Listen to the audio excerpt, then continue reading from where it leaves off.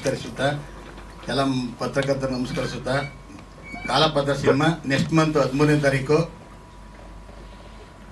Release date ಇವತ್ತು announce ಮಾಡಿದ್ದೀವಿ.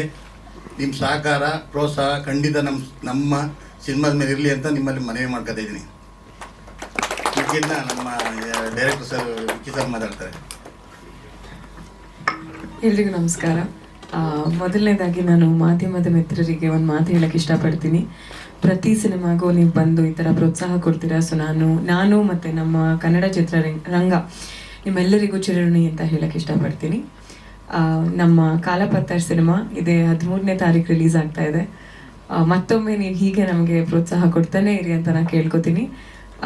ವಿಕ್ಕಿ ಅವರು ಡೈರೆಕ್ಟ್ ಮಾಡಿದ್ದಾರೆ, ಆ್ಯಕ್ಟ್ ಕೂಡ ಮಾಡಿದ್ದಾರೆ, ತುಂಬ ಚೆನ್ನಾಗಿ ಮಾಡಿದ್ದಾರೆ. ನಂಗೆ ಈಗ ತಾನೇ ಒಂದು ಸ್ವಲ್ಪ ತೋರಿಸಿದ್ರು.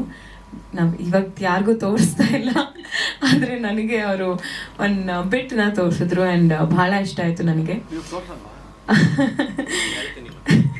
ನಿಮ್ಮೆಲ್ರಿಗೂ ಇಷ್ಟ ಆಗುತ್ತೆ ಅಂತ ನಾನು ಅಂದ್ಕೊಂಡಿದ್ದೀನಿ. ಧನ್ಯವಾದಗಳು. ನಮ್ಮ ಟ್ರೇಲರ್ ಕಟ್ಟು ಇನ್ನೂ ಕಲರಿಂಗ್ ಎಲ್ಲ ಏನೂ ಮುಗ್ದಿಲ್ಲ. ಅಂದರೆ ಒಂದು ರಫ್ ಕಟ್ನ ಅವ್ರು ನನಗೆ ತೋರಿಸಿದ್ರು ಈ ಥರ ಬರುತ್ತೆ ಅಂತ. ಎಷ್ಟೋ ದಿವಸ ಆಗಿತ್ತು ನಾನು ಕಾಲಪತ್ರದ್ದು ಬಿಟ್ಸ್ ನೋಡಿ. ಸೊ ಮತ್ತೊಮ್ಮೆ ಆ ಒಂದು ಲೋಕಕ್ಕೆ ನನ್ನನ್ನು ಕರ್ಕೊಂಡು ಹೋಯ್ತು. ಆ್ಯಂಡ್ ನಿಜವಾಗ್ಲೂ ಆ ಶೂಟಿಂಗು ಮತ್ತು ನಾವಲ್ಲೂ ಬಿಜಾಪುರ್ನಲ್ಲಿ ಹೋಗಿ ಶೂಟ್ ಮಾಡಿದ್ದೆಲ್ಲ ನನಗೆ ನೆನಪಾಯಿತು.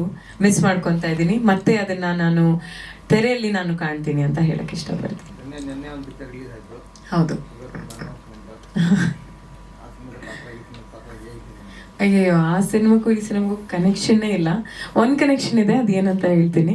ಅದರಲ್ಲಿ ವೈಟ್ ಪೌಡರು, ಇದರಲ್ಲಿ ಬ್ರೌನ್ ಪೌಡರು. ಯಾಕಂದರೆ ಅಲ್ಲಿ ನಾವು ಮಣ್ಣಲ್ಲಿ ಕೆಲಸ ಮಾಡಿದ್ದು, ಡಸ್ಟಲ್ಲಿ. ಸೊ ನಡಿಬೇಕಂದ್ರೆ ಎಲ್ಲ ನಾವು ಬ್ರೀದಿಂಗೇ ಮರಳು. ಸೊ ಅದು ಒಂದು ಚಿಕ್ಕ ಜೋಕ್ ಮಾಡಿದೆ. ಬಟ್ ಖುಷಿ ಆಗಿತ್ತು ನನಗೆ ದಟ್ ನಿನ್ನೆ ಒಂದು ರಿಲೀಸ್ ಆಗಿದೆ, ಇವತ್ತು ಒಂದು ಅನೌನ್ಸ್ಮೆಂಟ್ ಇದೆ. ಇದೇ ಥರ ನಡೀತಾ ಹೋಗಲಿ, ಎಲ್ರಿಗೂ ಒಳ್ಳೇದಾಗಲಿ. ಇಲ್ಲಿ ನನ್ನ ಪಾತ್ರದ ಹೆಸರು ಗಂಗಾ ಅಂತ. ನಾ ಜಾಸ್ತಿ ಹೇಳಂಗಿಲ್ಲ ಅಂತ ವಿಕ್ಕಿ ಅವ್ರು ನನಗೆ ಈಗಾಗಲೇ ಹೇಳ್ಬಿಟ್ಟಿದ್ದಾರೆ. ಎಲ್ಲ ಡೈರೆಕ್ಟ್ರು ಹೇಳ್ತಾರೆ, ಆದರೆ ವಿಕ್ಕಿ ಅವ್ರು ಸ್ವಲ್ಪ ಸ್ಟ್ರಿಕ್ಟಾಗಿ ಹೇಳ್ಬಿಡ್ತಾರೆ. ಅದಕ್ಕೆ ನಾನು ಏನು ಬಿಟ್ಕೊಡೋಕ್ಕಾಗಲ್ಲ. ಆದರೂ ಹೇಳ್ತೀನಿ, ನಾನು ಟೀಚರ್ ಪಾತ್ರ ಮಾಡ್ತಾ ಇರೋದು ಇದು ಸಿನಿಮಾದಲ್ಲಿ. ಸೊ ನನಗೊಂದು ಹೊಸ ಅನುಭವ. ಆ ಥರ ನಾನು ಮಾಡಿಲ್ಲ, ಕಲ್ತಿರೋದುಂಟು, ಹೇಳ್ಕೊಟ್ಟಿರೋದು ಉಂಟಿಲ್ಲ. ಸೊ ಹೊಸ ಅನುಭವ, ನನಗೆ ಎಕ್ಸ್ಪೀರಿಯನ್ಸ್ ತುಂಬಾ ಚೆನ್ನಾಗಿತ್ತು. ನಮ್ಮ ಪ್ರೊಡ್ಯೂಸರ್ ಸುರೇಶ್ ಸರ್ ಹಾಗೂ ನಾಗರಾಜ್ ಸರ್ ಕೂಡ ನಮಗೆ ಸೆಟ್ನಲ್ಲಿ ಯಾವುದೇ ಥರದ ಒಂದು ಕಷ್ಟ ಇದು ಅಂತ ನೋಡಬೇಕಾಗೇ ಇಲ್ಲ. ಯಾವತ್ತೂ ತುಂಬ ಚೆನ್ನಾಗಿ ನೋಡ್ಕೊಂಡಿದ್ದಾರೆ. ಸೊ ನನಗೆ ಕಾಲಪತ್ರ ಸಿನಿಮಾಲಿ ಕೆಲಸ ಮಾಡಿ ಒಂದು ಅದೃಷ್ಟ ಅಂತ ನಾನು ಅಂದ್ಕೊಳ್ತೀನಿ. ಒನ್ಸ್ ಅಗೇನ್ ನಮಗೆ ಆಲ್ ದ ಬೆಸ್ಟ್ ಹೇಳ್ತೀನಿ. Thank you. ಇನ್ನೇನಾದ್ರು ಇದೆಯಾ? ಈ ಥರನಾ? ಈ ಥರ ಅಂತೂ ಇಲ್ವೇ ಇಲ್ಲ. ಈ ಥರ ಅಂದರೆ ನಾನು ಹಾಕೊಂಡಿರೋದು ಈಗ ಇಲ್ಲ. ಸಿನಿಮಾಲಿ ಥ್ರೂ ಔಟ್ ಸಿನಿಮಾ ಅದೇ ಒಂದು ಲುಕ್ಕಲ್ಲಿರುತ್ತೆ. ಆ್ಯಂಡ್ ಗ್ಲೀಮ್ ಅಂತ ಏನೂ ಬರೋದಿಲ್ಲ. ಸೊ ದಟ್ಸ್ ನ್ಯೂ ಅಲ್ವಾ ನನಗೆ. ಪ್ರೇಕ್ಷಕರು ಅದನ್ನು ಒಪ್ತಾರೆ ಅಂತ ನಾನು ಅಂದ್ಕೊಂಡಿದ್ದೀನಿ. ಅವ್ರಿಗೆ ಇಷ್ಟ ಆಗುತ್ತೆ ಅಂತ ನಾನು ಅಂದ್ಕೊಂಡಿದ್ದೀನಿ. ಸೂಪರ್ ಆಗಿತ್ತು. ವಿಕ್ಕಿ ಅವ್ರು ಹೇಗೆ ಅಂದರೆ 20 ಸಲ ಮಾಡಿಸಿದ್ರು ಪರವಾಗಿಲ್ಲ, ನೀವು ಮಾಡ್ಬೋದು ಅಂತ ಮಾಡಿಸ್ತಾ ಇರ್ತಾರೆ. ಸೊ ಆ ಒಂದು ಕ್ವಾಲಿಟಿ ನಂಗೆ ಅವರಲ್ಲಿ ಇಷ್ಟ. ಯಾಕಂದರೆ ಪರ್ಫೆಕ್ಷನ್ ಹುಡುಕ್ತಾರೆ ಅವ್ರು ಯಾವಾಗಲೂ ಒಂದು ಶಾರ್ಟಲ್ಲಿ. ಆ್ಯಂಡ್ ಆ ಟೈಮ್ನಲ್ಲಿ ನನಗೆ ಬೇಜಾರಾಗಿದ್ರು. ಮತ್ತು ನಾನು ಆ ಶಾರ್ಟ್ ನೋಡಿದಾಗ ನನಗೆ ಅನಿಸ್ತು ಅವ್ರಿಗೆ ಬಹುಶಃ ಇದೇ ವಿಷಯಕ್ಕೆ ನನಗೆ ಹೇಳಿದರು ಅದನ್ನು ಅಂತ. ಯಾಕಂದರೆ ನಮ್ಮ ಬೆಸ್ಟ್ ನಾವು ಮಾಡಬೇಕು ಅಂತ ಅವ್ರಿಗೆ ಆಸೆ. ಆ್ಯಂಡ್ ಕೊನೆಗೆ ನಮ್ಮ ಸಿನಿಮಾ ಗೆಲ್ಲಬೇಕು ಅಂತ ಅವ್ರಿಗೆ ಆಸೆ. ಸೊ ಅದು ನಾನು ಅವರಿಂದ ಕಲಿತೆ ಅಂತ ಹೇಳ್ಬೋದು.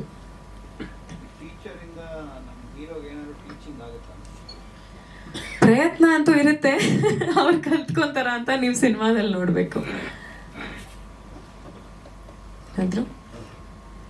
ಧನ್ಯವಾದಗಳು.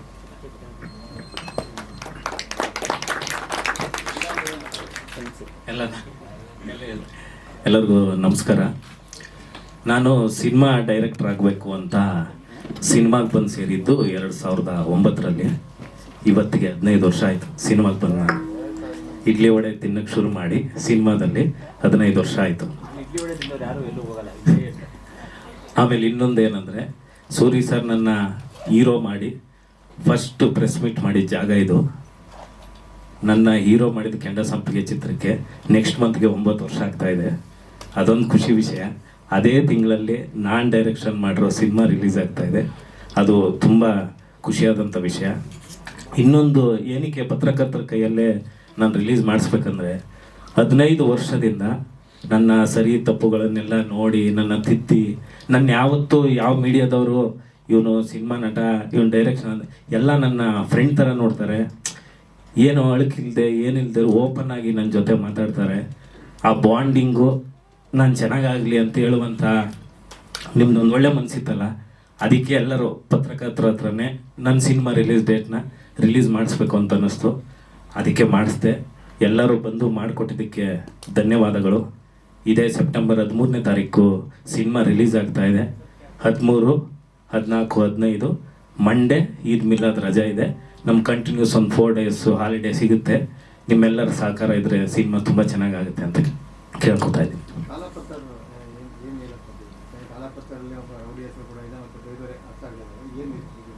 ಸರ್, ಕಾಲಪತ್ರ ಅಂದರೆ ಇದು ಯಾವುದೋ ರೌಡಿಗೆ ಸಂಬಂಧಪಟ್ಟಿದ್ದಲ್ಲ. ಈ ಕತೆ ಬರೆದಿದ್ದು ಸತ್ಯಪ್ರಕಾಶ್, ಮತ್ತು ನಾವು ಸ್ಕ್ರೀನ್ ಪ್ಲೇ ಮಾಡಿರೋದು. ಇದೊಂದು ಕಲ್ಲು ಇದೆಯಲ್ಲ, ಕಪ್ಪು ಕಲ್ಲಿನ ಕಥೆನೇ ಕಾಲಪತ್ರ. ಇಲ್ಲ ಮೈನಿಂಗ್ ಏನಿಲ್ಲ ಸರ್. ಇದೊಂದು ಸೈನ್ಸ್ ಫಿಕ್ಷನ್ನು, ಇಲ್ಯೂಷನ್ನು ಪ್ಲಸ್ ಆ್ಯಕ್ಷನ್ ಡ್ರಾಮಾ ಎಲ್ಲ ಇರುತ್ತೆ. ಒಂದು ಹೊಸ ಥರದ ಪ್ರಯತ್ನ. ನನಗಂತೂ ತುಂಬ ಹೊಸ ಪ್ರಯತ್ನ. ಈಗ ಸದ್ಯ ನೋಡಿರೋರೆಲ್ಲರೂ ಹೊಸ ಪ್ರಯತ್ನ ತುಂಬ ಚೆನ್ನಾಗಾಗುತ್ತೆ ಅನ್ನೋ ಒಂದು ಭರವಸೆ ಇದೆ. ಆ ಭರವಸೆನ ಹೆಚ್ಚುಗೊಳಿಸ್ಬೇಕಂದ್ರೆ ನೀವು ನಮಗೆ ಸಪೋರ್ಟ್ ಮಾಡ್ಬೇಕಂತ. ಸರ್, ನಾನು ಬಿಜಾಪುರ ಬ್ಯಾಕ್ ಡ್ರಾಪಲ್ಲಿ ಶೂಟ್ ಮಾಡಿದ್ದೀನಿ. ಬಟ್ ಬಿಜಾಪುರ ಭಾಷೆ, ನಾರ್ತ್ ಕರ್ನಾಟಕ ಭಾಷೆ ಅಂತೀವಿ, ಜನರಲ್ ಕನ್ನಡ ಭಾಷೆ ಇರುತ್ತೆ. ನಂದು ಆ ಕತೆಗೆ ಆ ಥರದ್ದು ಒಂದು ಜಾಗ ಬೇಕಿತ್ತು. ಅದಕ್ಕೆ ಇಲ್ಲಿಂದ ಒಂದು 650 ಕಿಲೋಮೀಟರ್ ಹೋಗಿ ಆ ಜಾಗ ಹುಡ್ಕೋದಕ್ಕೆ ನೀವು ವಿಜುವಲ್ ನೋಡಿದ್ಮೇಲೆ ಗೊತ್ತಾಗುತ್ತೆ. ಒಂದು 500 to 600 ಕಿಲೋಮೀಟ್ರು ನಾವು ರಿಸರ್ಚ್ ಮಾಡಿದ್ವಿ, ನಾವು DOP ಡೈರೆಕ್ಷನ್ ಡಿಪಾರ್ಟ್ಮೆಂಟ್ ಎಲ್ಲ. ಫೈನಲಿ ಅದು ಸಿಕ್ಕಿದ ಮೇಲೆ ಅದನ್ನು ಸ್ವಲ್ಪ ಆಲ್ಟ್ರ್ ಮಾಡಿ ಇಡೀ ಜಾಗನ, ಆ ಜಾಗ ಬಂದು ಇತಿಹಾಸ ಪೂರ್ವದಲ್ಲಿ ಆಗಿದ್ದಂಥ ಹಳ್ಳಿ ಅದು. ಇನ್ನೊಂದು ನನ್ನ ಸಿನಿಮಾ ರಿಲೀಸ್ ಆಗಿ ಇನ್ನೊಂದು 6 ತಿಂಗಳು ಡೆಸ್ಟ್ರಾಯ್ ಆಗುತ್ತೆ ಹಳ್ಳಿ. ನಂದೇ ಕೊನೆ ಸಿನಿಮಾ ಹಳ್ಳಿ ಶೂಟ್ ಮಾಡಿರೋದು. ಜೈನಾಪುರ ಅಂತ ತುಂಗಭದ್ರಾ ಬ್ಯಾಕ್ ವಾಟ್ರಲ್ಲಿ ಇರೋದು. ಅದು ಮುಳುಗಡೆ ಜಾಗ. ಅಂಥ ಜಾಗದಲ್ಲಿ ನಾವು ಶೂಟ್ ಮಾಡಿರೋದು. ಆಲ್ಮಟ್ಟಿ ಡ್ಯಾಮ್ ಬ್ಯಾಕ್ ವಾಟರ್ ಹತ್ರ ಇರೋದು. ನಿಜಾಮರು ಆ ಊರನ್ನ ಕಟ್ಟಿದ್ರು ಅನ್ನೋ ಇತಿಹಾಸ ಇದೆ. ಮತ್ತು ಆ ಊರಲ್ಲಿ ಇದ್ದಂಥ ಜನಗಳಾಗಲಿ, ಅವ್ರ ಸಹಕಾರ ಆಗಲಿ, ಆ ಇಡೀ ಊರಲ್ಲಿ ಯಾವುದೋ ಟಾರ್ ರೋಡ್ ಇಲ್ಲ, ಬೇಸಿಕ್ ಫೆಸಿಲಿಟೀಸ್ ಏನೂ ಇಲ್ದಿರೋ ಒಂದು ಊರದು. ಅಲ್ಲಿ ಶೂಟ್ ಮಾಡಿದ್ವು. ಮತ್ತು ಕಾಶ್ಮೀರ, ರಾಜಸ್ಥಾನ ಅಲ್ಲೆಲ್ಲ ಶೂಟ್ ಮಾಡಿದ್ದೀವಿ. ನನ್ನ ಕತೆಗೆ ಬೇಕು ಅಂತ ಮಾತ್ರ ಆ ಜಾಗಗಳನ್ನ ಚೂಸ್ ಮಾಡಿದ್ದೀನಿ ಹೊರತು ಆ ಜಾಗದ ಕತೆ ಅಲ್ಲ ಈ ಸಿನಿಮಾ.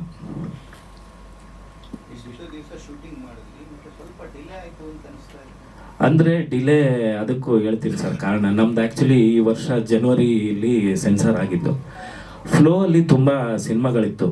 ನೋಡಬೇಕಾದ್ರೆ ಎಲೆಕ್ಷನ್ ಬಂತು, ಕ್ರಿಕೆಟು, IPL, ಒಂದಷ್ಟು ಚಿತ್ರರಂಗದಲ್ಲೂ ಏರ್ಪೇರ್ ಎಲ್ಲ ನೋಡ್ತಾ ಇದ್ವಲ್ಲ, ಅದನ್ನೆಲ್ಲ ಡಿಸ್ಕಸ್ ಮಾಡೋಣ ಅಂತಲೇ ಇವಾಗ ನೀಟಾಗಿ ಫ್ರೀ ಟೈಮ್ ಇದೆ. ಆಮೇಲೆ ನಮ್ಮ ಭೀಮಾ ಮತ್ತು ಕೃಷ್ಣಂ ಪ್ರಣಯ ಸಖಿ ತುಂಬ ಚೆನ್ನಾಗಿ ಹೋಗ್ತಾ ಇದೆ. ನಮ್ಮ ಕನ್ನಡ ಪ್ರೇಕ್ಷಕರು ನಮ್ಮನ್ನು ವಾಪಸ್ ಬಂದು ಕೈ ಹಿಡ್ದಿದ್ದಾರೆ. ಅದರಿಂದ ಇದು ಸರಿಯಾದ ಸಮಯ ಅಂತ ರಿಲೀಸ್ ಮಾಡ್ತಾ ಇದ್ದೀವಿ. ಈ ಸಿನಿಮಾದ ಡಿಸ್ಟ್ರಿಬ್ಯೂಟ್ರು ನಮ್ಮ ಮಾರ್ಟಿನ್ ಚಿತ್ರದ ನಿರ್ಮಾಪಕರಂತ ಉದಯ್ ಮೆಹ್ತಾ ಅವರು, ಅವರ UKM ಸ್ಟುಡಿಯೋಸಿಂದ ರಿಲೀಸ್ ಮಾಡ್ತಾ ಇದ್ದಾರೆ. ಥಿಯೇಟರ್ ಸೆಟಪ್ಪು ಇವಾಗ ಒಂದು 100+ ಅಂತ ಹೇಳ್ತಾ ಇದ್ದಾರೆ. ನೋಡೋಣ, ಟ್ರೈಲರು, ಟೀಸರ್, ಸಾಂಗ್ ಬಂದಮೇಲೆ ಹೆಂಗೆ ಬೇಡಿಕೆ ಬರುತ್ತೆ ಅದ್ರ ಮೇಲೆ ಇನ್ಕ್ರೀಸ್ ಮಾಡ್ಕೊಂಡು ಹೋಗೋಣ ಅಂತ ಹೇಳಿದ್ದಾರೆ. ಇಲ್ಲ ಸರ್, ಇದು ಯೂನಿವರ್ಸಲ್ ಆಗಿ ಎಲ್ಲರಿಗೂ ರೀಚ್ ಆಗೋ ಇದು. ನನ್ನ ಕಂಟೆಂಟ್ ಬಂದು ನೀವು ಕೇಳ್ದಂಗೆ A ಸೆಂಟ್ರ್ ಕಂಟೆಂಟು ನಡೆಯೋದು C ಸೆಂಟ್ರಲ್ಲಿ. ಆ ಥರದ್ರಿಂದ ಇಬ್ಬರು ನೋಡ್ಬೋದು, ಏನು ಸಮಸ್ಯೆ ಇಲ್ಲ.